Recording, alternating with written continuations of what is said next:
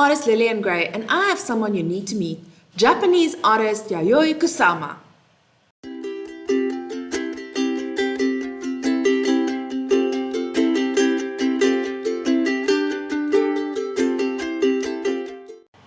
Yayoi Kusama is absolutely dotty about dots. She is sometimes called the Princess of Polka Dots. She makes all kinds of art, such as sculptures, paintings, installation, clothing design, and even performances. And they are all covered in dots. She is a Japanese contemporary artist and one of the most important living artists today. People queue for hours and hours to only see a glimpse of her work. At her one exhibition, you had to queue for 2 hours only to spend 30 seconds in her Kusama Infinity Room. She is celebrated all around the world and has exhibited internationally. Now, what if I told you this art superstar lives in a mental health hospital? And she has been there for the last 4 decades. That's over 40 years. So why does she live in a hospital? And what does she suffer from? Depression? Anxiety? How did she become so famous? And what's the story behind all these dots? And why is everybody so obsessed with it? Well, come with me and let me tell you about this amazing artist, Kusama.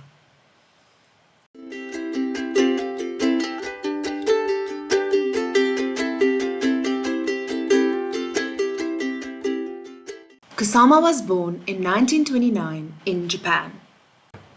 She was born into a wealthy family of merchants who managed extensive plant nurseries and a seed farm.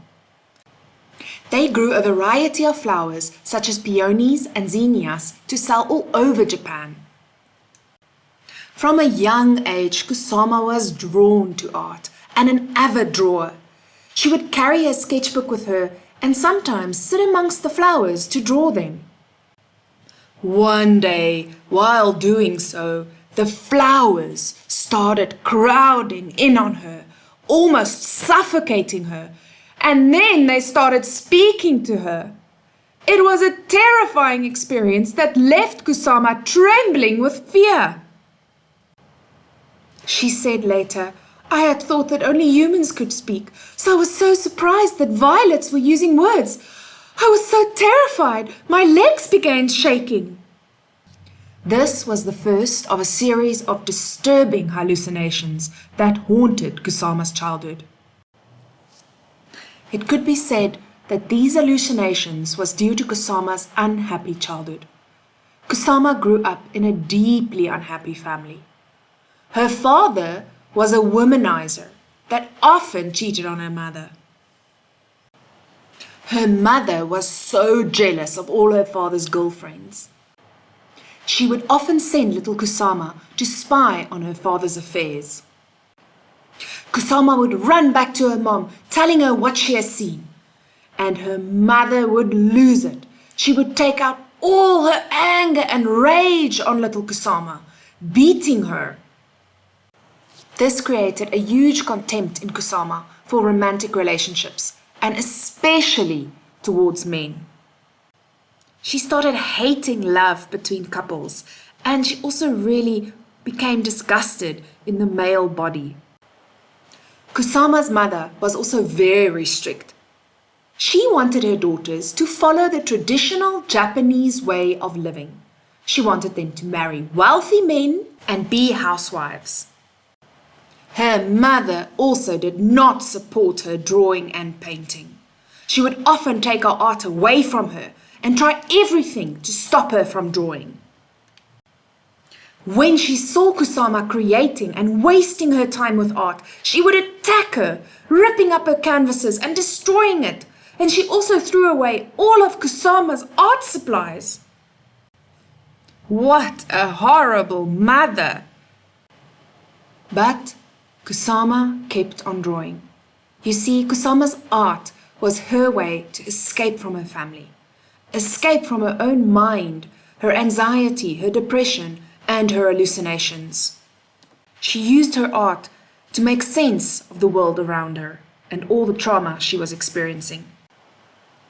One day, she was absolutely fascinated by the smooth white stones covering the riverbed near her home. She saw them as dots covering the earth, and she ran home to draw it in her sketchbook. Recording these hallucinations helped her to ease the shock and fear of these episodes. This helped her to develop some of her trademark ideas and patterns early on. It captured her fascination with dots, as well as establish a pumpkin as one of her key motives. She started drawing pumpkins when she was very little. The first pumpkin Kusama saw was with her grandfather. When she went to pick it, it began speaking to her, and it became the size of a man's head. She decided to go home and paint what she saw, and she won a prize for it, her first ever art prize at the age of 11. These pumpkins would be a golden thread throughout her career. 80 years later, and her largest silver pumpkin sculptures sell for over $500,000. These hallucinations of pumpkins inspired Kusama and her art. So she kept on drawing what she saw and what she felt. One day, she was so angry with her mother, she drew a portrait of her mom, obliterating into dots, self-destructing into little specks. During World War II, little Kusama was only 13 years old. After the attack of Pearl Harbor, Kusama was sent to work in a military factory. She had to sew parachutes for the Japanese army. World War II was busy escalating, and she could often hear air raid alerts going off and American B-29s flying overhead. The factory was blocked off in darkness to avoid the bombs. Kusama remembers her adolescence as being closed in darkness. Her childhood was greatly influenced by the events of the war. She started craving personal and creative freedom. In the evenings, she painted intricate flowers over and over. The local newspaper article about her first exhibition reported that she produced more than 70 watercolors a day. This is obsessive. Finally, her parents agreed that she could study some form of art, but it had to be the traditional Japanese way of painting, called nyonga. To Kusama, this style was super boring, stiff and tight, and she couldn't do whatever she wanted. She wanted to create like the American abstract impressionists. One day, while browsing a bookshop in her hometown, Kusama found a book about the American female artist Georgia O'Keeffe. She found O'Keeffe's address in New Mexico, America, and decided to write her a letter. She was asking her for advice. How could she become a successful contemporary artist? And Georgia O'Keeffe replied. At first she was a bit puzzled. Why would a girl from rural Japan want to become a famous American artist? Why would she want a career in contemporary art? But O'Keeffe decided to reply, and she convinced Kusama to come to America. She replied, warning Kusama, saying, "In this country, an artist has a hard time making a living. You will just have to find your way as best as you can." In 1958, Kusama arrived in New York. She was 27 years old. She had a few $100s sewn into the lining of her dress, and in her suitcase she had 60 silk kimonos and some drawings. Her plan was simple. Try to become a successful artist, and in the meantime sell the kimonos so she had enough money to live from. She was so desperate during that time. She recalls how she used to scavenge fish heads from the fishmonger's rubbish that she could boil to make soup, just to have something to eat. Kusama really struggled when she came to New York. Finally, Kusama had a breakthrough in her art career. She painted these massive canvases called the infinity nets. She used thick impasto paints to paint the net pattern over and over. Look at the negative space between the net's threads. It looks like dots. These paintings were massive, up to 30 feet wide. That's over 9 meters long.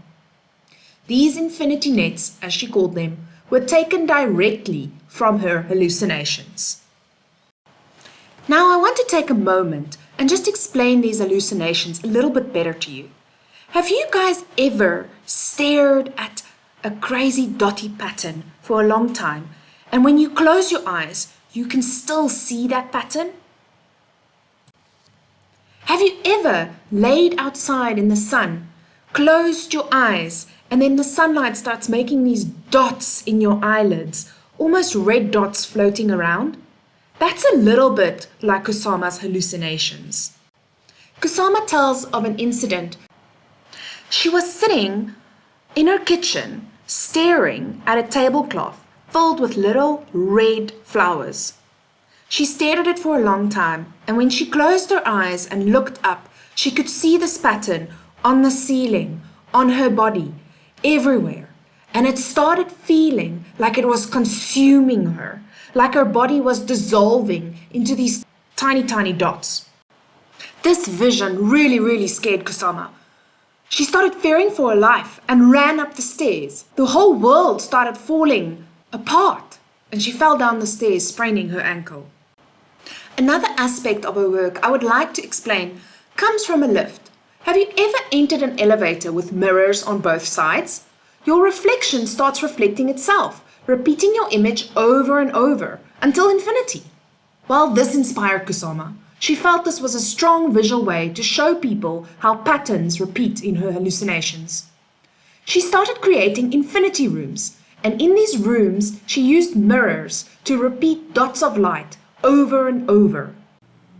Another aspect of Kusama's work I'd like to discuss with you and explain is her development of soft sculpture. All the childhood trauma of spying on her father's affairs really gave her her disgust and a contempt for the male body. Kusama transformed all this anxiety towards the male body into soft sculptures, developing these tentacles that she sewed out of material and stuffed with inners that almost feels like it's going to grab you. Looking at these objects really gives us a sense of unease, and it really evokes in us that feeling of anxiety that Kusama must have experienced. Now that you understand a little bit more about Kusama's hallucinations, let's get back to the story. The 1960s art scene in New York was a really fun time. It is the time of pop art, popular art, and known for artists such as Andy Warhol, Peter Blake, Roy Lichtenstein, Robert Rauschenberg, and Yoko Ono. It's usually fun, bright, and playful.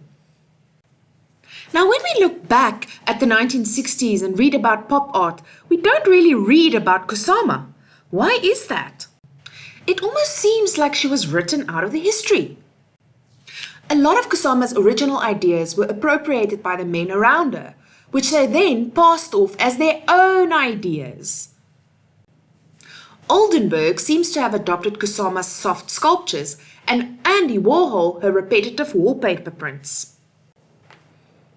Many male artists copied Kusama's creativity, which made the men famous but not Kusama.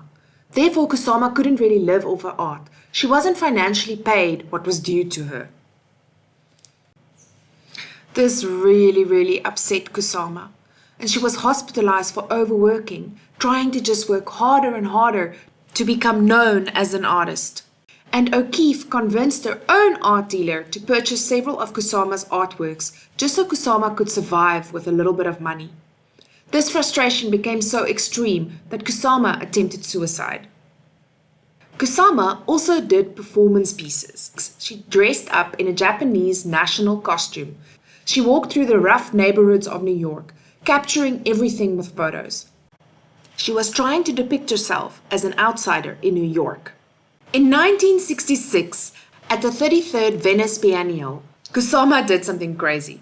She kind of hijacked the entire occasion and set up a narcissist garden. Now, for those of you that don't know what narcissism is, it's actually based on a story in Greek mythology. There was this god called Narcissus, and he was so beautiful that he fell in love with his own reflection in a river. He was so obsessed with himself that he eventually drowned and died. So Kusama set up 1,500 highly reflective shiny balls in a lake just outside the Venice Biennial. When a person picked this up and looked at it, their face would infinitely multiply.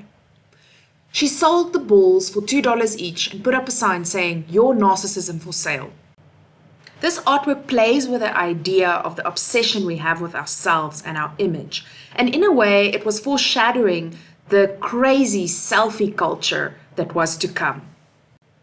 The biennial authorities stopped the performance, objecting, saying to Kusama, "You cannot sell art like it is hot dogs or ice cream cones." 1967 in America brought a social phenomena known as the Summer of Love. It was hippie culture. People were anti-government, anti-establishment. All they wanted was peace and love and to live in harmony. And these massive parties happened all over America, celebrating this culture. Kusama positioned herself as a high priestess of flower power, and she started painting the partygoers in polka dots. Later, she expanded this into some performance art, staging a protest opposite the New York Stock Exchange and on the steps of the Statue of Liberty against Richard Nixon and the Vietnam War. When this era came to an end, Kusama became somewhat of an outcast in New York. She decided to return to Japan. Back in her home country and surrounded by her culture, her hallucinations and panic attacks of her adolescence returned with full force. She was hospitalized several times. She began manically writing visceral, surrealistic novels, short stories, poetry, and an autobiography. In March 1977, Kusama admitted herself to a psychiatric hospital. For a lot of people, admitting themselves to an hospital might have seemed like the end of the road, the end of their hopes and their dreams. But for Kusama, it was a new start. Being in hospital really helped her to manage her hallucinations, her mania, and her anxiety. It helped her to no longer be concerned with things of survival like food and washing, have more time to focus on her creativity. The hospital offered art therapy courses, and Kusama immediately signed up and never left. Kusama is often quoted as saying, "If it were not for art, I would have killed myself a long time ago." Kusama's painting style started changing into high-colored, massive acrylic canvases and amped up on scale and pattern. When Kusama left New York, she was practically a forgotten artist. Until much, much later, in the 1990s, when a number of retrospective exhibitions revived international interest in this artist. We have to wonder, why did such a talented artist like Kusama seem to almost disappear off the face of the earth and then catapult into world fame and popular demand after the 1990s? Well, the answer to that question lies in the age of the selfie and the Instagrammable nature of an artwork. We became more and more obsessed with taking images of ourselves, and Kusama's artwork just makes the most amazing selfies. She creates this captivating environments of dots that she creates with little LED lights reflecting into mirrors. The pinpricks of the light in the darkroom reflects endlessly in the mirrors, making you feel like you are in an apparently endless space. The dots surround you, engulf you. It's very hard to tell where does the room end and where does the room begin. It feels like infinity. Even though the smartphone-friendly nature of her work is clearly part of the massive attraction, but it does lead to a deeper understanding of Kusama's life. Most visitors are shocked to realize that she lives in a psychiatric hospital. Once they hear of Kusama's struggles with her mental health, they feel inspired. Some can identify with that and they feel encouraged to face their own traumas. She also makes other playful rooms, like once she filled an entire room with pumpkins, and the pumpkins has become a very strong symbol in Kusama's work, almost becoming an alter ego to her, a self-portrait of herself as a young child. In her 9th decade, Kusama has continued to work as an artist. She has remained innovative and a multidisciplinary artist, experimenting with fashion, major large canvases, sculpture, installations, performances, and lately even technology design. Just to give you an idea of the demand of Kusama's work, her pumpkin room, called All the Eternal Love That I Have, was filled with more than 600 pumpkins.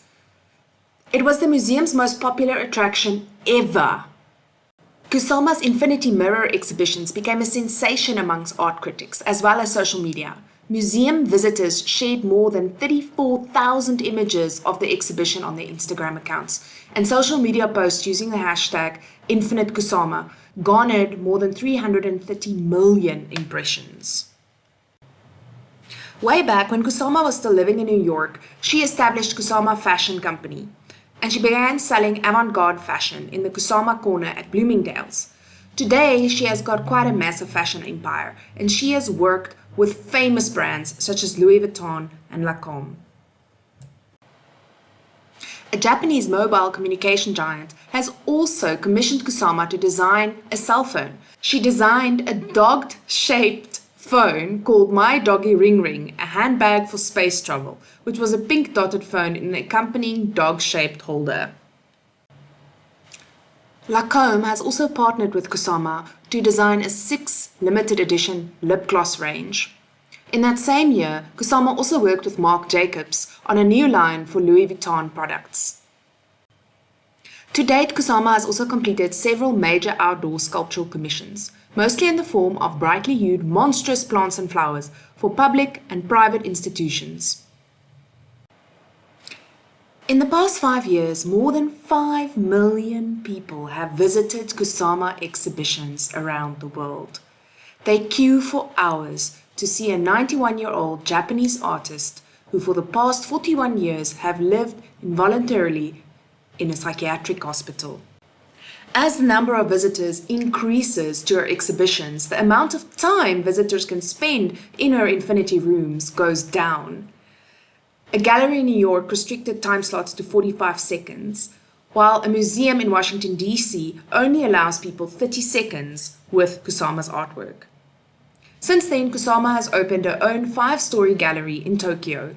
The Board Museum in Los Angeles recently sold 90,000 $25 tickets in one afternoon when they opened their Kusama exhibition. Kusama is an award-winning artist. She has won so many awards, but just to highlight a few, she is the winner of the National Lifetime Achievement Award of the Order of the Rising Sun. Kusama also became the first Japanese woman to receive the Premium Imperial, one of Japan's highest honors for internationally recognized artists. In 2014, Kusama was ranked as the most popular artist of the year after a record-breaking number of visitors flooded her Latin American tour. Infinite Obsession received more than 8,500 visitors each day in Buenos Aires. In the world's art market, Kusama's art has performed really strong at art auctions. Kusama became the most expensive living female artist at auction when one of her former Signatory Infinity Net series sold for $7.1 million at a 2014 Christine auction. Kusama is also often referenced in popular culture. Many songs have been written about her, and artists like Yoko Ono often cite Kusama as her inspiration. Many books have also been written about Kusama, and documentaries have been made. When asked about her worldwide fame, Kusama is quite humble. She said that long ago I decided that all I could do was express my thoughts through my art, and that I would continue to do so until the day I died, even if no one ever saw my work. Today I will never forget that my artworks have moved millions of people all around the world. Kusama has achieved the rare double of serious critical attention and immense popularity. As a child, she said she always wanted Kusama to be everywhere. Internet with social media has granted Kusama that wish in a way she could not have imagined. What an incredible journey for a little girl sitting frightened amongst flowers in anxiety and depression as a little girl.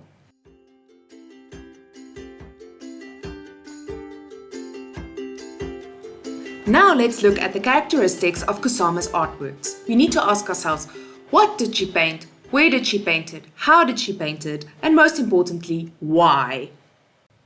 The what. What was Kusama's subject matter? Kusama painted pumpkins, flowers, and dots, all from her childhood hallucinations. She is also known for major soft sculptures which depict the anxiety her father's affairs created in her life. Where did Kusama create? Mostly in New York and Japan.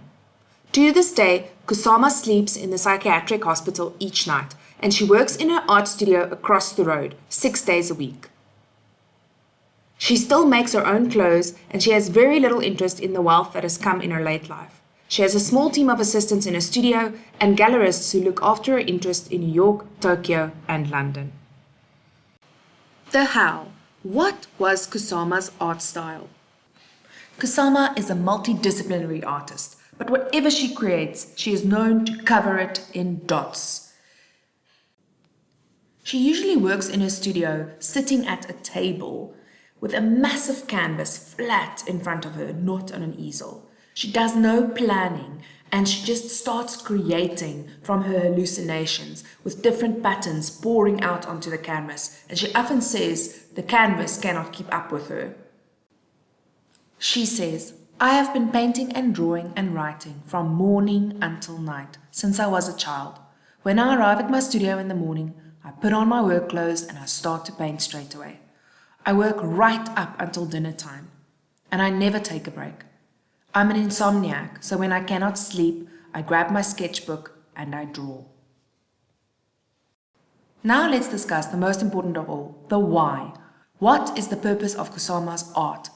And what is the meaning behind all these dots? If we think about it on a deeper level, we are surrounded by dots. The sun is a dot. The moon is a dot. Even the earth, the planet that we live on, is a dot. What to me is remarkable is that the country that Kusama is from, Japan, even the flag is a dot. Everything around us, our entire universe, is made out of dots, molecules, atoms, dots that are vibrating, dots that are infinite. We are all just a collection of dots. Here is a quote from Kusama about the meaning of her art. "Our Earth is only one polka dot among a million stars in the cosmos. Polka dots are a way to infinity.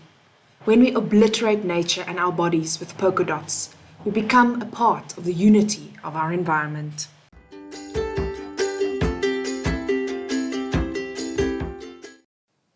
And that's the story of the wonderful artist Yayoi Kusama. I'm artist Lillian Gray, and I hope you enjoyed this story. I'm a lover of art history, and I hope that you guys are inspired. Let's social, meet me on Instagram or Facebook, and remember to subscribe and like our channel. Until next time.